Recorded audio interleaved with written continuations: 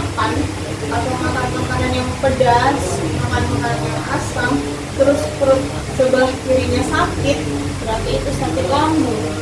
Nah, makanan dilumatkan kembali ke dalam lambung sekitar 3 sampai 4 jam menjadi bentuk seperti bubur dengan bantuan asam lambung.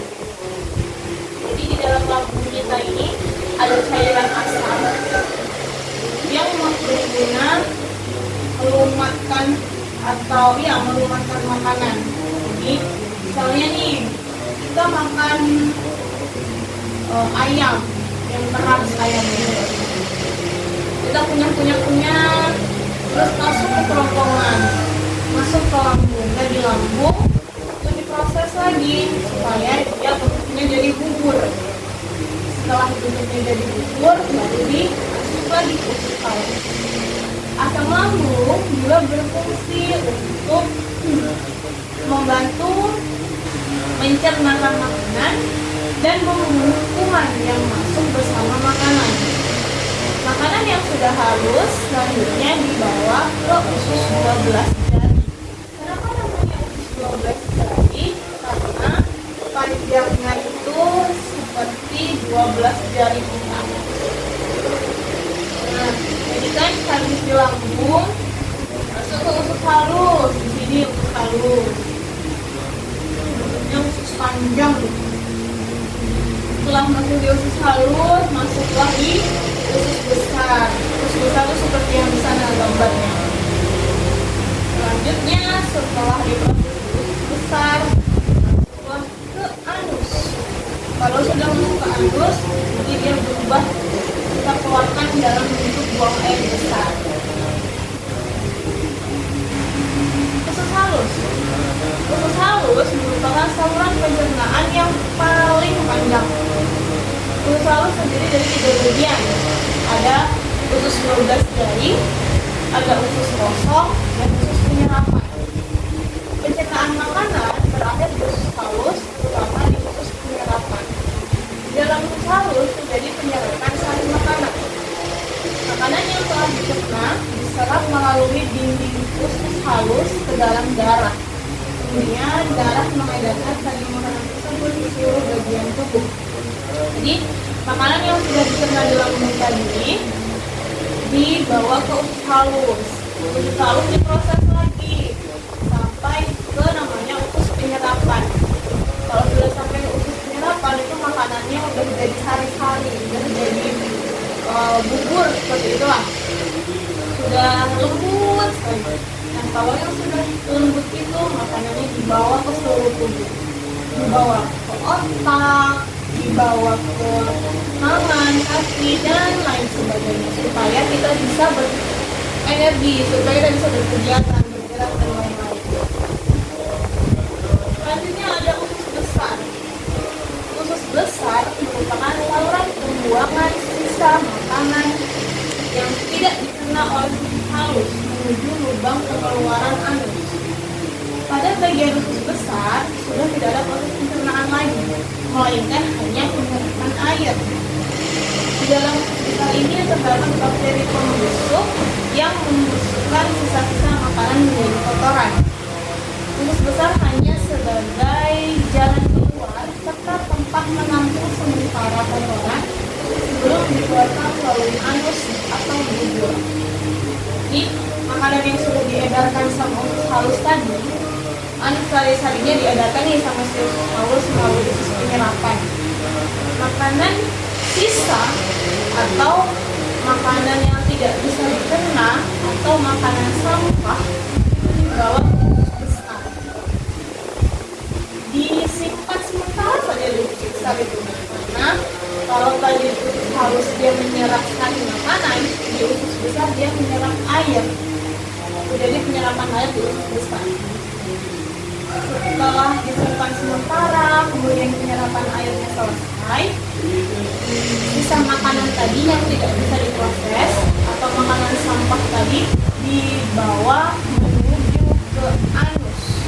Tapi sebelum dibawa ke anus, dia dibusukkan dulu nih makanannya melalui bakteri pembusuk yang ada di usus besar. Jadi kalau makanannya sudah busuk, jika sisa makanannya sudah jadi kotoran dalam bentuk feses atau tinja, itu dibawa ke anus, kemudian dikeluarkan dari anus atau bubur itu melalui buang air besar. Nah, kalau seperti air yang tidak bisa diserap tubuh itu bentuknya jadinya buang air kecil atau pipis. Selanjutnya ada anus. Anus merupakan organ pencernaan terakhir setelah usus besar.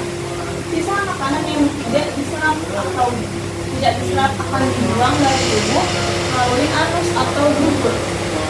Kotoran tinggal di usus besar selama 24 sampai 48 jam sebelum dikeluarkan lewat anus atau bubur. Fungsi utama anus adalah sebagai alat pembuangan sisa makanan kotoran dari buang air besar. Jadi setelah makanannya di usus besar disimpan sementara, terus penyerapan airnya selesai, sisa makanannya dibawa ke anus, terus dibuang melalui anus atau bubur dalam bentuk buang air besar. Kalau penyerapannya air, berarti dalam bentuk buang air kecil.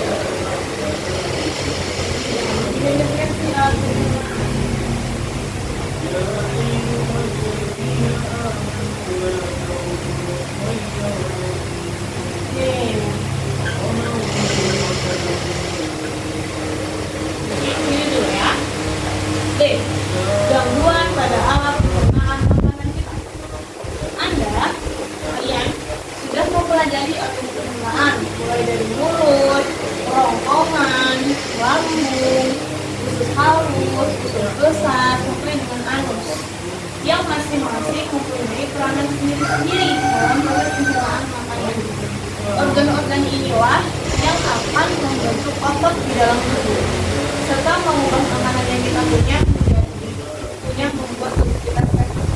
Tapi apa yang terjadi kalau terdapat gangguan pada organ pencernaan kita? Nah, ada penyakit apa aja sih? Pertama ada diare. Pernah pasti ya dengar diare? Atau pernah diare? Diare adalah penyakit yang sering kita dengar berkaitan dengan gangguan pada sistem pencernaan. Biasanya kalau ada teman yang bolak-balik ke kamar mandi, itu biasanya dia kalau diare itu dia bolak-balik ke kamar mandi karena perutnya mulus terus, atau bisa juga lengket, itu juga diare. Diare merupakan salah satu gangguan sistem pencernaan yang akan membuat perut terasa mulus terus. Dan kotoran atau tinja penderita menjadi encer. Lalu kenapa diare bisa terjadi? Gangguan ini terjadi karena dinding usus besar mengalami infeksi. Jadi dinding usus besar, usus yang paling besar tadi, yang digunakan untuk menyimpan sementara kotoran, itu dindingnya infeksi. Ada beberapa hal yang menyebabkan seseorang menderita diare. Yang pertama, keracunan makanan. Kemudian memakan makanan yang tidak higienis, tidak bersih. Jadi makanannya itu ada kumannya, ada bakterinya, ada kotorannya yang masuk ke dalam tubuh. Orang yang mengalami diare akan kehilangan banyak cairan. Jadi akan dehidrasi karena dia buang air terus. Jika diare berlangsung lama, si penderita dapat mengalami dehidrasi sehingga penderita menjadi lemas dan dapat menyebabkan kematian. Jadi kalau diarenya terus-menerus, lemas, dehidrasi, ini bisa menyebabkan kematian. Lalu bagaimana cara mencegah diare supaya tidak semakin parah? Untuk mencegah dehidrasi agar diare tidak semakin parah dapat dilakukan dengan cara minum garam oralis. Jika tidak ada, penggantinya adalah larutan gula dan garam. Larutan ini diberikan beberapa kali kepada penderita untuk supaya tidak terkena diare. Hindari minuman beralkohol, hindari kopi, hindari susu yang berlebihan. Makan nasi yang lembek atau bubur dan juga makan makanan yang bebas minyak, bebas lemak, apalagi makan makanan yang pedas dan asam itu juga tidak boleh.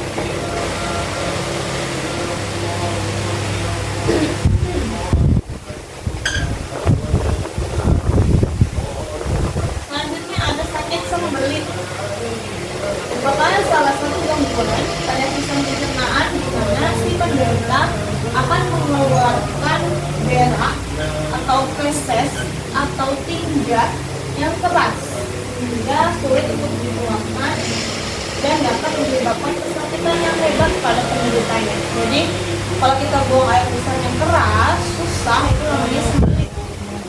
Sembelit disebabkan karena kurang mengkonsumsi makanan yang berserat. Jadi kalau kita kurang makan sayur, kurang makan buah, terus punya kebiasaan dan udah buang air besar, nanti ketika buang air besar akan sakit, namanya sembelit.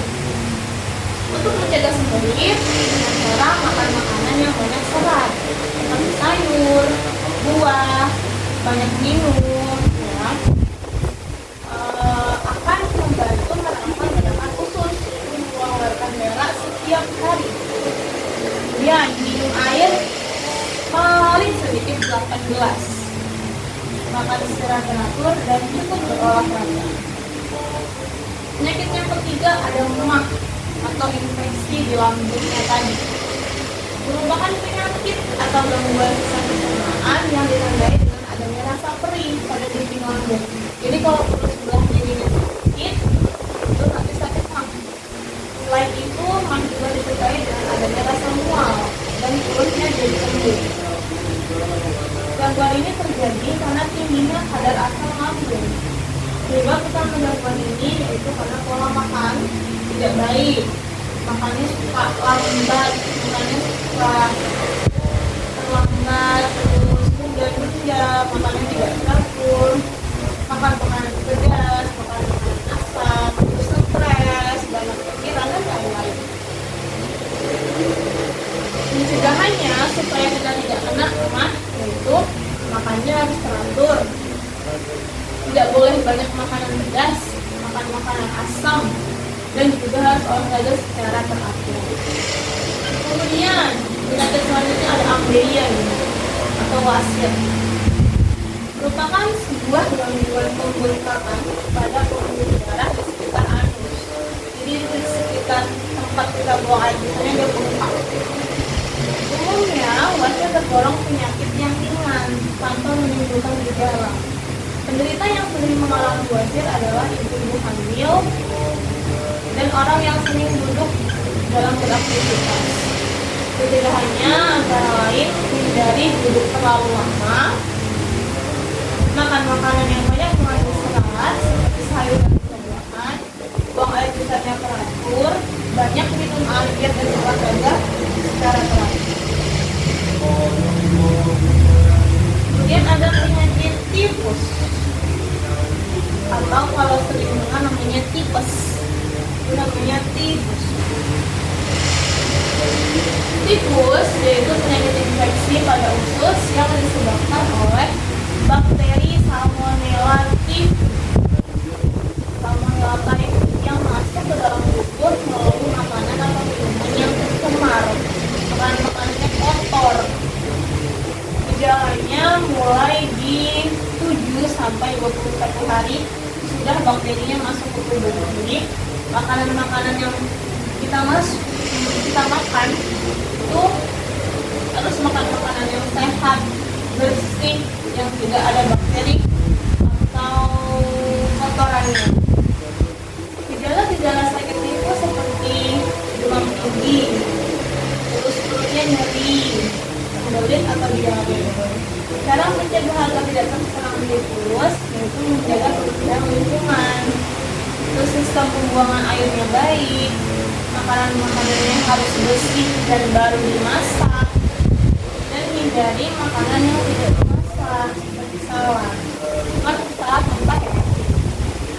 Minum air yang bersih dan bebas kuman. Kita harus cuci tangan sebelum makan dan minum, itu yang paling penting. Karena tangan kita inilah yang kotor. Jadi melalui tangan yang kotor kita makan dan makanannya jadi tercemar, makanannya jadi kotor dan ada bakteri juga. Penyakit selanjutnya ada disentri, merupakan penyakit yang menyerang usus yang disebabkan oleh bakteri. Gejala awal disentri adalah demam, kemudian muntah-muntah, dan diare yang terus-menerus. Kemudian tampak gejala dehidrasi karena seringnya buang air besar yang dicampur air. Pada tahap berikutnya, berupa kronis pada usus besar menghasilkan berak yang berdarah. Jadi kalau penyakit disentri-nya sudah terlalu parah, ketika kita buang air besar itu nanti ada darahnya. Penyebab penyebaran atau penularannya itu sama seperti diare, yaitu melalui pinja si penderita yang mengenali air atau panas. Cara pencegahan disentri yaitu dengan menjaga kebersihan makanan dan juga perlengkapan makanan. Kemudian ada penyakit usus buntu. Nah, jadi kita punya usus halus dan usus besar. Usus buntu yaitu terjadi infeksi pada usus buntu. Gejalanya sakit pada perut sebelah kanan bawah, ya. Kalau tadi di sebelah kiri yang sakit berarti dia sakit lambung. Kalau di sebelah kanan bawah yang sakit berarti dia usus buntu. Kadang terjadi jika lubang antara usus buntu dan usus besar tersumbat atau tertutup. Penyumbatannya biasanya karena lendir atau benda keras seperti biji terong atau cabai. Karena tersumbat atau tertutup, bakteri dalam usus buntu membuat biji usus buntu terinfeksi. Untuk menyembuhkannya biasanya pakai operasi, yaitu usus buntunya dipotong. Jadi di dalam tubuh kita ada namanya usus buntu. Ususnya itu nggak bisa kemana-mana lagi karena dia buntu. Nah, di ujung usus buntunya itu kena biji cabai, biji terong atau biji buah. Nah, bijinya itu tidak bisa kemana-mana lagi atau dia jadinya menyumbat, sehingga harus dilakukan operasi untuk memotong usus buntu itu.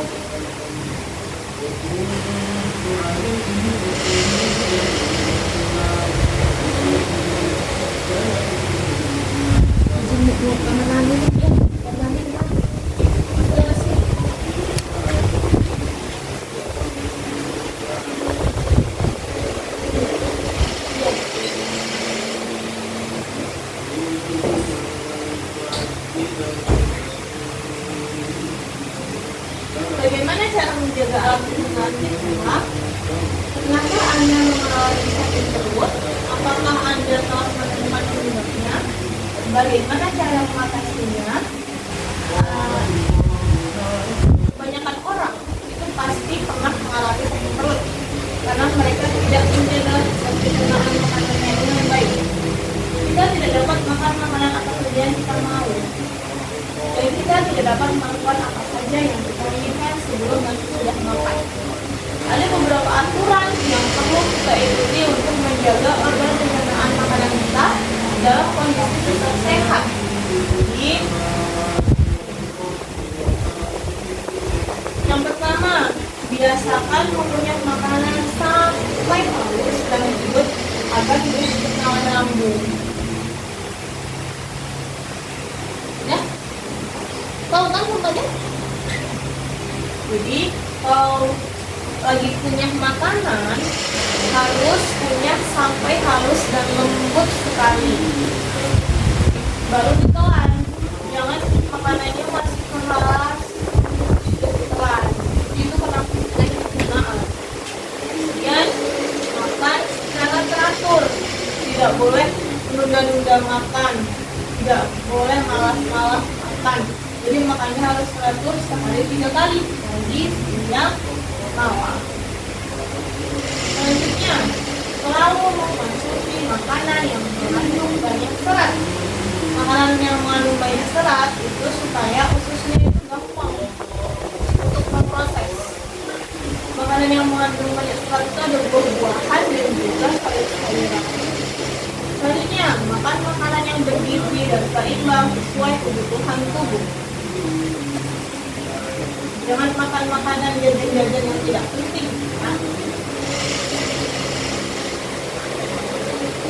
Kemudian, biasakan mencuci tangan sebelum makan dan setelah makan. Jadi sebelum dan sesudah makan harus mencuci tangan supaya tidak ada bakteri atau kuman yang nempel di makanan kita dan membuat kita sakit. Selanjutnya, melakukan olahraga secara teratur. Kemudian, waktu istirahat dan tidur yang cukup minimal 8 jam. Jadi jangan terlalu banyak bergadang, jangan terlalu banyak main HP di malam hari, karena tidur itu minimal 8 jam dalam satu hari. Kemudian minum air putih yang cukup, paling sedikit 8 gelas untuk satu hari. Kemudian makanan itu kan merupakan bahasan yang paling menarik bagi setiap orang. Orang normal hanya dapat bertahan hidup kira-kira 3 minggu tanpa makanan. Tapi kita sering lupa tujuan utama kita mengkonsumsi makanan adalah memberi gizi yang tepat bagi tubuh. Makanan yang kita makan selain harus bersih dan sehat, juga harus mengandung gizi yang cukup. Nah, selain sehat dan teratur makannya juga harus ada gizinya. Jadi jangan makan makanan yang sembarangan. Jadi harus ada sayurnya, ada buahnya, ada daging, ada telur, ikan, ada nasi, ada susu. Ini namanya 4 sehat, 5 sempurna. Makanan yang bergizi. Makanan yang dibutuhkan tubuh kita tidaklah makanan yang enak atau yang harganya mahal, tetapi makanan yang diperlukan tubuh haruslah makanan yang bergizi. Dan gizi dibutuhkan untuk proses membangun dan memelihara organ tubuh manusia. Dulu kita sering mendengar slogan 4 sehat 5 sempurna. Namun slogan tersebut ingin berubah sesuai dengan ilmu pengetahuan gizi. Ini slogan 4 sehat 5 sempurna mulai ditinggalkan ahli gizi dan kembali pada istilah gizi seimbang. Karena makanan 4 sehat 5 sempurna tidak perlu dijadikan dengan makanan yang sehat dan menyehatkan. Pengertian gizi yang seimbang adalah nutrisi atau zat gizi disesuaikan dengan kebutuhan tubuh, tidak boleh lebih, tidak boleh kurang.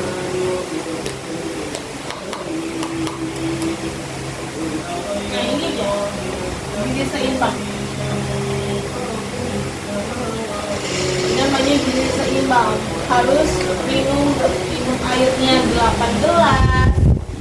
Ada makanan pokoknya 3 sampai 8 porsi. Sebenarnya apa sih makanan pokok?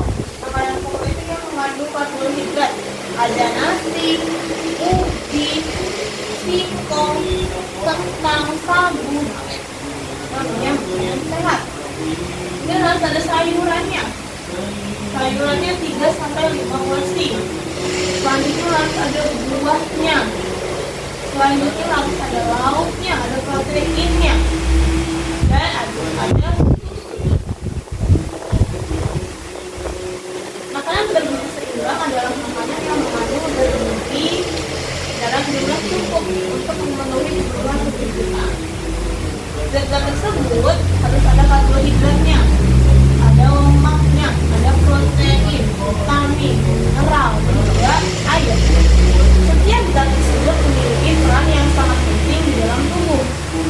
Karbohidrat dan lemak berfungsi sebagai sumber tenaga. Protein berfungsi sebagai zat pembangun. Air dan mineral dan vitamin berfungsi sebagai zat pengatur. Yang pertama ada karbohidrat. Karbohidrat dibutuhkan tubuh dalam jumlah yang sangat besar. Orang dewasa harus banyak membutuhkan karbohidrat untuk menghasilkan tenaga. Jadi karbohidrat itulah yang menghasilkan tenaga. Makanan yang banyak mengandung karbohidrat misalnya ada nasi, kentang, gandum, ubi, jagung, sagu. Itu namanya makanan yang mengandung karbohidrat. Kemudian ada lemak. Lemak dibedakan menjadi 2. Ada lemak hewani. Lemak hewani itu dari hewan. Contohnya ada daging, ikan, kerang, itu namanya hewani. Kemudian ada lemak nabati yang berasal dari tumbuhan. Contohnya ada kacang tanah dan kelapa. Lemak juga sama diperlukan oleh tubuh. Lemak bermanfaat sebagai sumber tenaga dan untuk cadangan makanan. Selanjutnya ada protein. Protein memiliki kegunaan yaitu untuk zat pembangun atau pertumbuhan tubuh dan untuk mengganti sel tubuh yang rusak. Protein juga ada dua, ada protein hewani, berasal dari hewan, bisa daging, ikan, telur, susu, kerang, itu hewani. Jadi ada protein nabati dari tumbuhan, bisa kacang, bisa kedelai. Selanjutnya ada mineral. Mineral tidak dihasilkan oleh makhluk hidup, tapi mineral dibutuhkan oleh makhluk hidup. Mineral diperoleh dari makanan yang kita makan sehari-hari. Tidak semua bahan makanan mengandung semua jenis mineral yang kita butuhkan. Oleh karena itu, kita perlu makan beragam jenis bahan makanan agar kebutuhan mineral dalam tubuh kita terpenuhi. Mineral berfungsi untuk membangun dan mengatur sistem di dalam tubuh. Mineral yang dibutuhkan tubuh ada zat kapur, kalsium, itu bisa dari susu. Kemudian ada zat besi, ada fosfor, belerang, dan juga yodium. Yodium itu bisa kita dapat dari garam. Selanjutnya ada vitamin. Vitamin berfungsi untuk bisa mengatur sistem di dalam tubuh kita. Vitamin dibutuhkan oleh tubuh dalam jumlah yang sedikit, jadi nggak perlu banyak-banyak. Walaupun begitu, kekurangan vitamin bisa mengakibatkan penyakit yang disebut avitaminosis. Vitamin yang dibutuhkan oleh tubuh yang pertama ada vitamin A. Untuk apa sih vitamin A itu? Vitamin A digunakan untuk menjaga kesehatan mata kita. Kekurangan vitamin A bisa membuat kita rabun, lama-lama tidak bisa melihat nanti. Bahkan kekurangan vitamin A dapat mengakibatkan kebutaan. Jadi kalau kurang makanan vitamin A bisa menyebabkan kebutaan. Makanan yang mengandung vitamin A itu ada hati, telur, sayur, buah, dan susu. Sayur pertama itu wortel. Vitamin D. Kekurangan vitamin D bisa menyebabkan jenis penyakit beri-beri. Makanan yang mengandung vitamin D yaitu ada beras merah, ada hati, aneka kacang-kacangan. Yang ketiga ada vitamin C atau disebut dengan antiskom. Jika tubuh kurang vitamin C mengakibatkan korbut atau sariawan usus. Makanan yang mengandung vitamin C itu biasanya buah-buah segar atau sayuran yang segar. Biasanya vitamin C itu nanti rasanya agak-agak asam, seperti jeruk yang asam, terus apel yang asam, itu mengandung vitamin C. Kemudian ada vitamin D, berguna untuk menguatkan tulang. Kekurangan vitamin D bisa mengakibatkan penyakit yang disebut rakitis.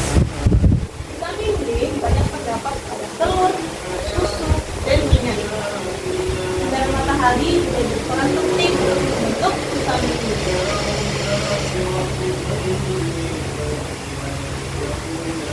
Selanjutnya ada vitamin E. Sangat penting untuk mencegah kemandulan. Kekurangan vitamin E dapat mengakibatkan keguguran pada kandungan dan juga kemandulan. Bahan makanan yang mengandung vitamin E yaitu ada susu, daging, telur, dan telur. Ini ada vitamin K. Diperlukan dalam proses pembekuan darah. Kekurangan vitamin K mengakibatkan darah suka membeku. Orang yang menderita kelainan di mana darahnya suka membeku dinamakan hemofilia. Bahan makanan yang banyak mengandung vitamin K ada roti, sayuran, dan kacang-kacangan. Jadi kalau kita kekurangan vitamin K, misalnya ketika kita luka karena sayatan pisau, jatuh, dan lain-lain, darahnya itu mengucur, darahnya tidak bisa berhenti.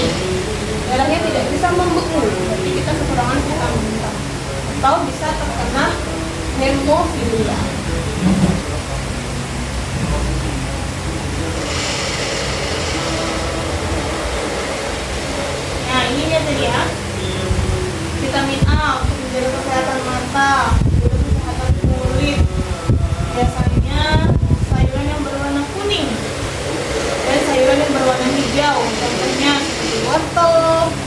buah pepaya, minyak ikan, kuning telur, dan susu.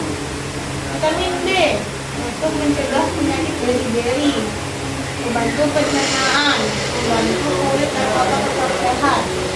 Sumbernya itu bisa dari beras merah, dari jagung, kacang hijau, kedelai, telur, susu, daging yang segar, hati, ikan, kacang-kacangan, sayuran segar.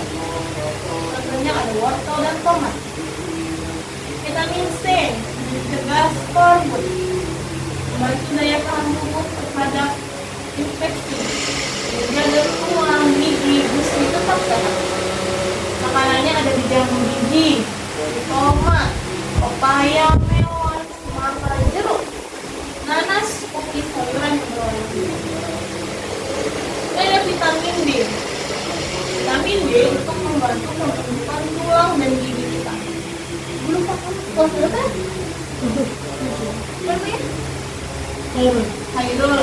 Terus juga, vitamin D itu bisa dapat dari minyak ikan, dari kuning telur, dari susu, mentega, ikan, sarden, dan ikan laut. Dan ada vitamin K. Vitamin K untuk mencegah pendarahan dan membantu pembekuan darah waktu luka.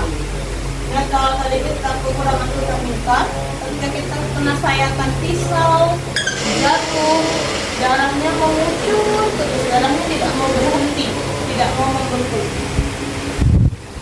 Supaya tidak terjadi hal itu, kita perlu makan bayam, kubis, kuning telur, kedelai, hati, susu, dan makanan-makanan yang terbuat dari susu. Selanjutnya ada air. Air itu air yang mineral ya, bukan air yang berwarna ya. Manusia sangat membutuhkan air karena kira-kira 75% dari kita itu ada airnya. Orang dewasa memerlukan air 2,5 liter setiap hari. Kebutuhan air setiap orang berbeda-beda tergantung dari usia dan pekerjaannya.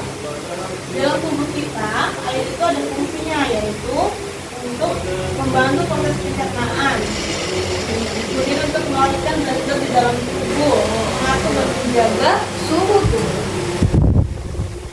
Apabila mengalami kekurangan air atau dehidrasi, maka tubuh kita akan lemas. Bahan makanan yang mengandung air antara lain ada jeruk, semangka, melon, belimbing, terong, sawi, dan lain-lain.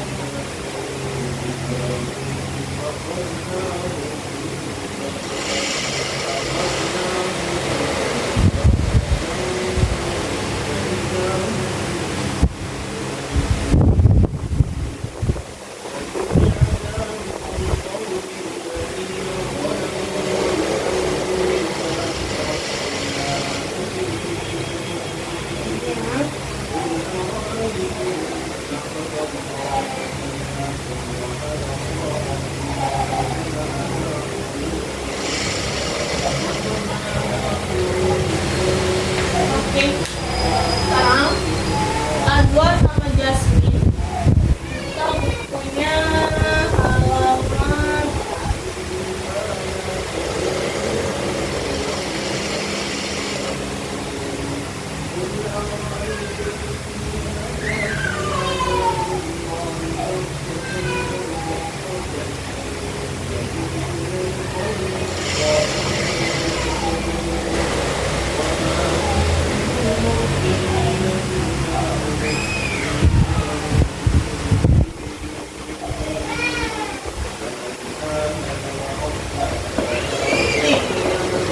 halaman 10.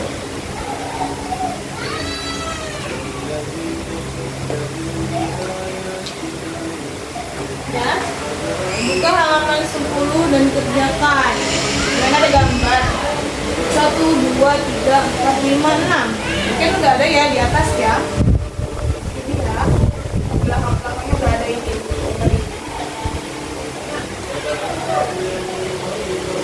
Nih, ada ini ya. Nih. Azwar sama Jasmine. Kerjakan. Nomor 1 itu gambar apa? Terus di sini. Fungsinya apa tadi? Nomor 1 ini gambar apa dong? Azwar. Nomor 1 ini gambar apa? Mulut. Nomor 1 ini gigi dong yang pertama. Gigi. Fungsinya untuk apa? Yang kedua ini gambar apa? Fungsinya untuk apa? Yang ketiga gambar apa? Apa fungsinya? Sampai yang keenam. Oke? Ini bisa lihat di atas, bisa lihat di halaman-halaman sebelumnya gambarnya. Dapat tadi Bang. Buku tulis. Di sini aja.